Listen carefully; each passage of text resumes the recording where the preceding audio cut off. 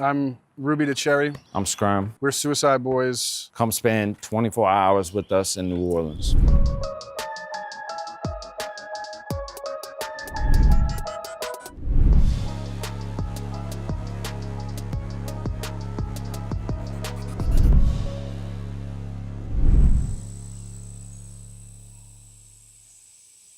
Where do you guys have us today? This is my parents' crib. This is where it all started. That's the studio, aka the shed. Can you tell me a little bit about starting here? What was the original setup like? The futon was right here.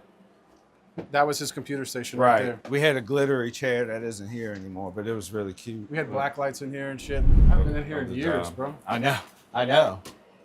I can't believe he got the AC put in here and everything.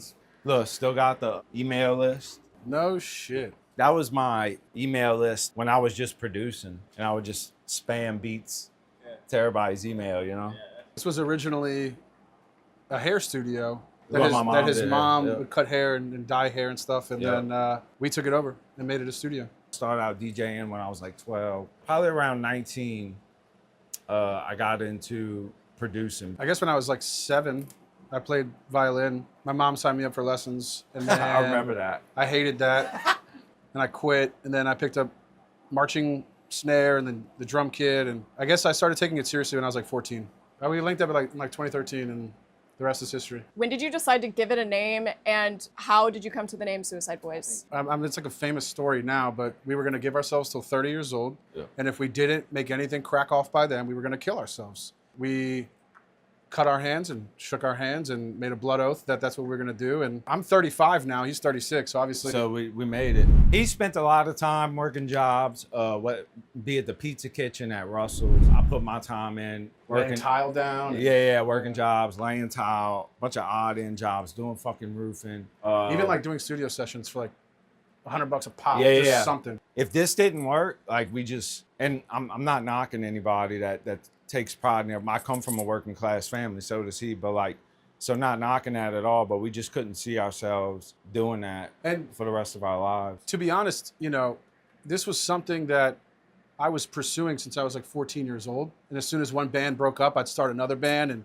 I always kind of knew it would happen. I just didn't know how or when. I would argue that if, everything happens for a reason, everything has its place for a reason. Well, to me, it just shows how amazing it is that we've made it to this point. You know what I'm saying? Right. Yeah. It could have imploded on itself several times. Yeah. And I don't think if we would have gotten clean and shit, it definitely would have imploded by now. We would have been dead. Yeah. I mean, you talk about the dysfunction, but we would have been dead. Yeah, fair enough. I got the vendetta, rolling up the letter, suicidal pen letters, gone and roll the credits. So the first year, we didn't know any better, and this is how shit used to happen. But this is just how we thought it worked. Yeah, for the first year, we printed out a bunch of 500 mixtapes on CD. We had 500 CDs. And we went around to gas stations, went to LSU, to LSU and handed them out. And long story short, downtown, nowhere. And then one day, we would walk 10 feet and see every CD we just handed out on the floor. Yeah. I had a list of maybe over 1,000 hip hop blogs that I had accumulated, and we sat there for like a week straight just emailing every blog that was on this list. We sent out like over 1,000 emails. From numbers to A to Z. Yeah. We maybe got 2 write-ups from that out of 1,000. Remember the dude, James, told us that you're gonna do it everywhere else first, and then your hometown will fuck with you last because it's your hometown and they know you and they know people that know you. And we just weren't familiar with the new underground SoundCloud thing that was going on. We were doing things totally like in an ancient kind of way. I don't think we knew what the fuck we were doing back then. We were trying to make all sorts of different stuff at once, and it just wasn't, it was too all over the place. But then your boy gave us that piece of information. That's when everything changed. That's when we started attacking the internet, networking with people on Facebook and Instagram, Twitter. I would argue if you're not doing that, you don't want it bad enough. Fact. I tell kids all the time when they ask me, what do I do to do this? I say, if you're not eating, sleeping, breathing, drinking this shit, find something else to do. If you're not a psychopath about this, then if you have it's not gonna work out. Any regard for your own life. Yeah, right. Right. Yeah.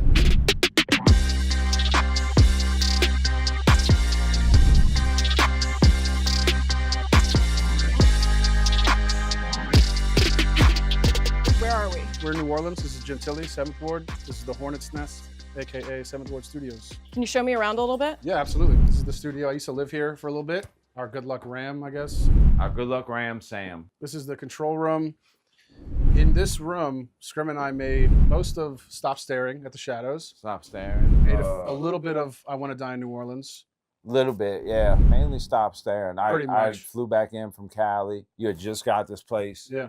up and running as like a studio. Yep. And Into Those I Love. And To Those I Love is made in here. Let's pick it, I'll be gone. Make it count, put the flash on. Never really felt like I belong, so I'll be on my way and I won't be long. This is the vocal booth room. I don't think maybe one Suicide Boys verse was done in here as of now. Yeah, this is new. This is newer. Yeah.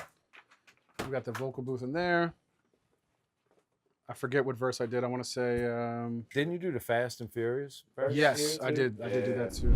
He's black, wood or red. Now take this fucking tracks off and piss all on that flag. And I think like 1 or 2 tracks off Long-Term Effects of Suffering. We just record right next to the computer and must. Fucking right. That's the way we've done it most of our career. Right. And this is just a live room, but we're gonna do some Duck Boy demos. That used to be my bedroom back in the day.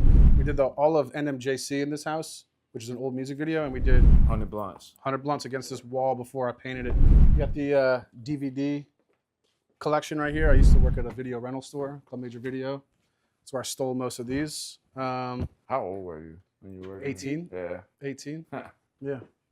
That was the only job I ever had that wasn't at a restaurant. This house is like a shrine to Sopranos. You'll see some Sopranos art, some more Sopranos art on that side. And I basically make the guys that work here do a Sopranos run-through count. Right now we're at 23. That's how many times the entirety of the show was played in this house as background shit. Kind of talked a little bit about how you guys got started, and I want to bring us a little bit more to the present day with what you're working on with G59. Why did you decide to go that route in founding your own record label? We never wanted to be signed to someone else. For better or worse, it doesn't matter. Like, we wanted to be our own thing. And not only that, but develop it to where we can sign artists and we can bring, the brand can bring something to the table to help push these artists and make these other artists bigger, do whatever we can to help make them bigger. From the jump, even when we're done and we hang it up, we want that to live on. Do you guys consider yourselves to be like entrepreneurs as much as artists, or do you really feel like the art has to always come first and that second? The art always has to come first. Yeah. Like first and foremost, the art has to be not only presentable, but it has to have substance. It has to be packaged nicely, because I think that's the lifeblood of G59. Is the music, is the everything that we do that's on a creative level. But I do think that we are to a certain extent also entrepreneurial, considering that we're running a few different businesses in one: merchandise, touring, Dude. the records, the music videos, all that kind of stuff. And we used to do everything. Like, Everything. Designing the album artwork, designing the merchandise, making the beats, which we still Videos. do, making the videos, actually going to the post office and shipping out all the clothes that were ordered. sitting there and typing up, because I didn't have, like, people can get the orders and print it. It's all, I didn't do none of that. Like, I had to type every single address and go fill it myself. Be at the post office from opening until after closing. Not only that, booking our own shows. Yeah, booking shows. I mean, we did everything. I think from the outside, fans probably look at y'all's lives and your careers as like this really glamorous and cool thing, but they don't have to see all the mundane, like going to Yeah. the post office type stuff. I always tell people when they meet us, or like I'll get told, like, man, my daughter's a really big fan of you. Like, it'd be crazy if she met. I was like, no, she'd be actually like really underwhelmed. You know what I'm saying? Because it's not, I promise you should be underwhelmed, because other than business, we live, I'd say pretty mundane, normal quiet- lives. Yeah, quiet and quiet boring lives. lives, Yeah, for sure. And this new album is coming out in August. So can you tell us a little bit about the new album, and if there's any tracks you really hope that people... Ooh. All of them. All of them, All of them. yeah. Comes out August 1st, Thy Kingdom Come. And we started it off with a 4-minute intro, Yeah. which is a first. I don't think there's not a lot of Suicide Boys songs that are past 3 And it's minutes. sick. It's sick. It's just us talking shit for 4 minutes. Kind of being like, fuck anybody that ever had anything bad to say about us and doubted us or cheered against us. Yeah. And then it sort of like takes you on this trip to where you think you're going in one direction, and then we completely reverse it on your ass. So Yeah. I'm excited to see what the reception's going to be. To me, our albums, any music we make, whether it's our album, Scrim, Duck Boy, it's like, fuck a hit song. Like we're giving y'all our diaries. You know what I'm saying? Like fuck, it hits on. Like this is, here we are. Standing in my crib like I ain't 5'9". 1 more minute till the hour's done, I'll take my time. How have y'all, over the course of your career, worked to make sure that when you're using like Suicide Boys and talking about mental health problems that you've had and addiction issues, that you're not glorifying it, but you're just like being real about it? I can only tell you my real experience. You know what I'm saying? I'm not trying to glorify it. I'm literally telling you. It's like flexing our misery. Yeah, what is, You know, it was never like, hey, everybody, go do heroin. It's great. It was more like, this is what the fuck we do. I mean, we're still this way, I think, today, but we were very unapologetic. I didn't feel like we had to explain ourselves to anybody. And I think a lot of the glorifying of the drugs was sort of masked in that, when it was more so like us just opening up and talking about what was going on in our life. But we like to like take what flexing normally would be and flip it on its head to where like we flex it, we're broke, we flex it, we're on drugs, whatever. I will say, to add to that ever since I got sober, and this happened by accident, but ever since I got sober, you know, I gave that speech that we do at the end of the show. I gave it at the end of a festival. Please understand that you always got me and Ruby with you. We understand, we get it. Y'all are forever our family. Y'all are forever our brothers and sisters. I do feel a responsibility to say, hey, listen, this is where we were. Y'all have seen us at this point. This is what happened, and this is where we're at now. And if it can happen for us, it can happen for you too, so there's hope. That speech has become very important to us, to let them know they're not alone. And if we can do it, like they can do it too. And you don't have to live like that. You know what I'm saying? Yeah. When y'all came up, there was a lot of activity on SoundCloud. There was a lot of activity in kind of this emo rap genre. Some of those people have not stood the test of time, but you guys have, and you're still growing. What, 10 years later? Yeah, something like 11. that. I think we're on 11 now. 11. Wow. Yeah. So why do you think that is? Why have you outlasted the SoundCloud rap? Short answer, quick answer, because we care. We care about the kids that listen to it. We care about making this be the best that it can be. And I think Scott and I learned a lesson early on, and that is, don't make it about yourself. Right. Because when we started doing that, it only separated us, and it only made us like not work as a team. Then it's like this giant ego thing about like, it's narcissistic. It took is the words out what of it my is. mouth. So I think Scott and I work together, and we're humble people. I think most of the time we're pretty humble, and being selective of the opportunities presented to us and only doing it if our values aligned with it is sort of what maybe had us stand the test of time. We had a power struggle for a long time. I think our blood bond kept us together. People that 100%. worked with us kept us together. I was trying to blow the group up like every other week. I don't know if you were paying attention, but 2017, 2018, I was trying to blow this shit up. Today, the difference is, since getting sober, we've come to realize that what has happened is absolutely bigger than anyone. It's not about us. It's not about me. Fuck what I want. It's not about him. Fuck what he wants.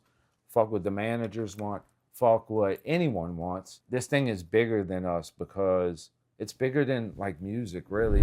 We've done something to where people feel seen, they feel heard. They feel like they belong. They feel like they belong. There's people they relate to. They've seen us come out of the struggle, so they feel hope. That's what it's all about. I believe, it's my belief, that God, you know, put us in this position to help people out. I hope that doesn't sound too egotistical or anything, but like, especially now more than ever. Yeah, I really believe, like, you know, we're here to help people. Before I met up with you guys, I was just kind of trying to make sure that I had seen everything and did all my research. And so I went on TikTok and I searched Suicide Boys on TikTok, and it popped up with a suicide prevention message and wouldn't let me find anything. Did you guys ever consider changing the name, knowing that there were like some blocks and we did recently, actually. I personally haven't talked to you about this, but I personally was like, yeah, fuck that. At the end of the day, we don't do this for followers. We don't do this to, I don't care what that number is. It could be 40 million. It could be fucking 40. I don't care. Yeah. At the end of the day, it's not about us. I think fans would get upset if we changed our names. It represents so much. It represents our unwillingness to conform to like what's the dark shit we came from to where we are now. I mean, I can tie so much. It's a big part of our story, you know? Like, as much as we aren't in those days anymore, it's still there and it's always going to be there. It made us the men that we are today. Who knows? Maybe somebody types that in and they need to see that message when it pops up and they end up calling. That'd be great. That's a good you point. know?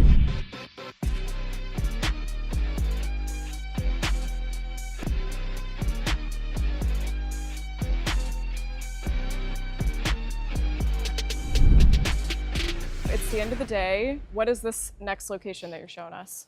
We're in the 9th Ward right now. This is where one of the spots I used to come and buy dope. You guys shot a music video in here, right? Yeah, I was about to tell you that. This is where Not we even shot Ghosts. Not Even Ghosts. Yeah. Okay. Or This okay. Empty. Kind of walked in for one of the Here, shots. actually, yeah. Right here, kind of like we just did. Walked up to the altar, and that's where we finished the video at up there. Yep. Also, this church is gorgeous. Yeah.